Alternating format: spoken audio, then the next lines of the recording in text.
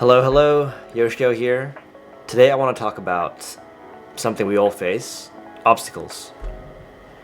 You know, those things that crop up and threaten to derail your best laid plans. I've been facing my fair share of obstacles recently. Ever since I've become a dad, I've felt pulled in 1,000 directions. And almost as if the universe wanted to teach me a lesson and break me out of my equilibrium default state, I've had a slew of surprises thrown my way.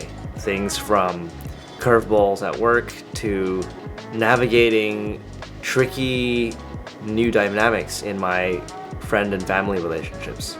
And what it's led to is I haven't been able to return to my default state of just hammering on the wall until I break through.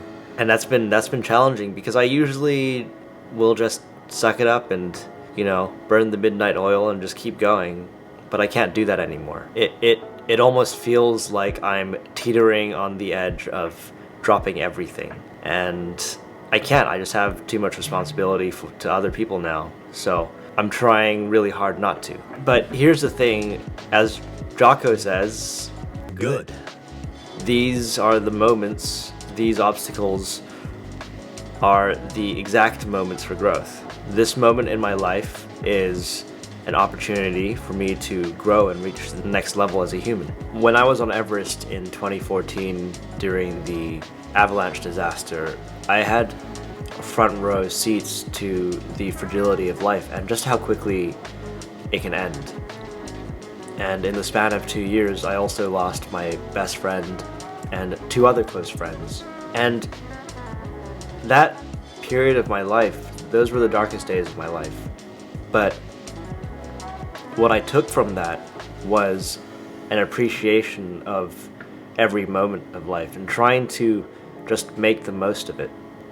Those were the darkest days of my life, but they've now become a source of determination that drives me every day.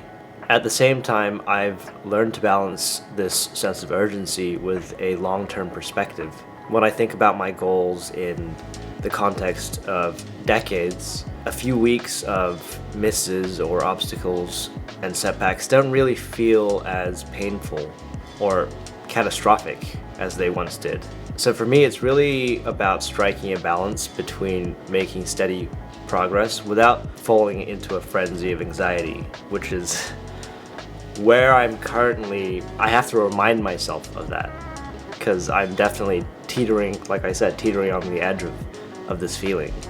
Because that anxiety leads to poor decisions and bad habits, like shiny object syndrome, where you're always chasing the next shiny thing that promises to get you to your destination immediately. And sure, sometimes you hit a home run, like you buy Bitcoin in 2010, but it's not a reliable way to live, to improve, and you also don't really become a better person in that process. The key I found is to set a direction and keep going until you've learned enough to make adjustments. And I think that keep going part is really one of the most difficult things for people because it's so easy to trick ourselves, to rationalize why changing direction now is the right move. And often that happens when we hit a roadblock, things start to get hard, we hit an obstacle. But like I said, these are the moments where growth truly happens. And as Andrew Huberman points out, deliberately doing hard things is crucial for building mental strength.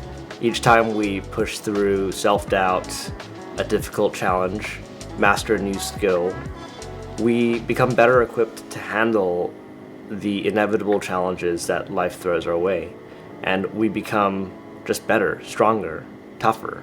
One of the keys that helps me is learning to access the rewards from the effort itself, not just the result of the effort. So feeling good about the act of doing a really difficult workout rather than, the six-pack abs months from now when as a result of it. So I get a lot of joy now just from doing hard things, and that habit's been, really nice to have actually.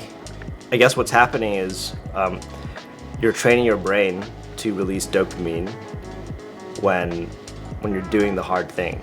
And by doing that, you're cultivating a genuine enjoyment of challenge. And what this does is it helps you maintain motivation even when the going gets really, really tough.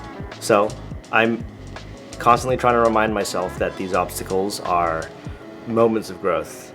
So yeah, now when I face obstacles, I try to view it through this lens, and instead of getting stressed out or throwing in the towel, I focus on making progress millimeters at a time. And in my head, it's really about ratcheting up. It's about holding the line at the very worst and trusting that the consistent effort will eventually lead to a breakthrough. And one of the ways, I've mentioned this in the past, one of the things that I do is I constantly refer back to my dream eulogy, which is a daily reminder of what truly matters, and it helps me stay focused on my long-term goals and my personal values, even in the face of challenges. So I think the way to keep going is just to figure out what tools and tactics work for you. These are a few things that work for me. And remember, when you're facing obstacles, you have the power to reframe them as opportunities. So embrace those challenges, lean into the discomfort, focus on deriving satisfaction from the effort itself, and just trust the process. Really, it almost feels like faith at some point. You just gotta trust the process and keep pushing forward 1 millimeter at a time. Anyways, as always, thanks for watching, and I'll see you in the next one. Bye.